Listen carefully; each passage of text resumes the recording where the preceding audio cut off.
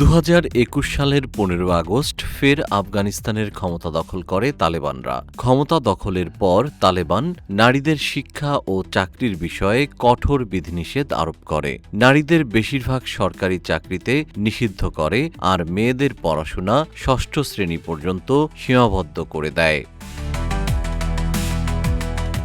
আফগানিস্তানে মেয়েদের শিক্ষা ও নারীদের কর্মসংস্থানের উপর আরোপিত নিষেধাজ্ঞা প্রত্যাহার করা না হলে ২০৩০ সালের মধ্যে দেশটি ২৫,০০০-এর বেশি নারী শিক্ষক ও স্বাস্থ্যকর্মী হারাতে পারে। ২৭ এপ্রিল জাতিসংঘের শিশু বিষয়ক সংস্থা ইউনিসেফ এক প্রতিবেদনে এই সতর্কবার্তা দিয়েছে।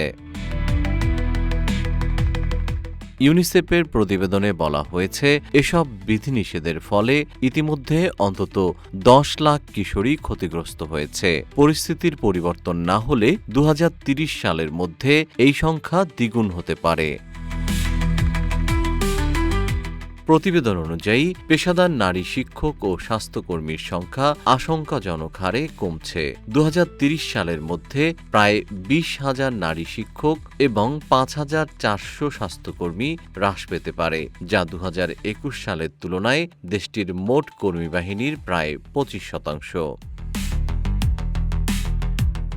ইউনিসেফের নির্বাহী পরিচালক ক্যাথরিন রাসেল বলেন, ভবিষ্যৎ শিক্ষক, নার্স, চিকিৎসক কিংবা ধাত্রীদের হারানোর ক্ষতি সামলানোর সামর্থ্য আফগানিস্তানের নেই, কারণ এরাই দেশটির জরুরি সেবাগুলো সচল রাখেন। কিন্তু মেয়েদের শিক্ষা থেকে দূরে রাখা হলে এটাই হবে দেশটির জন্য চরম বাস্তবতা।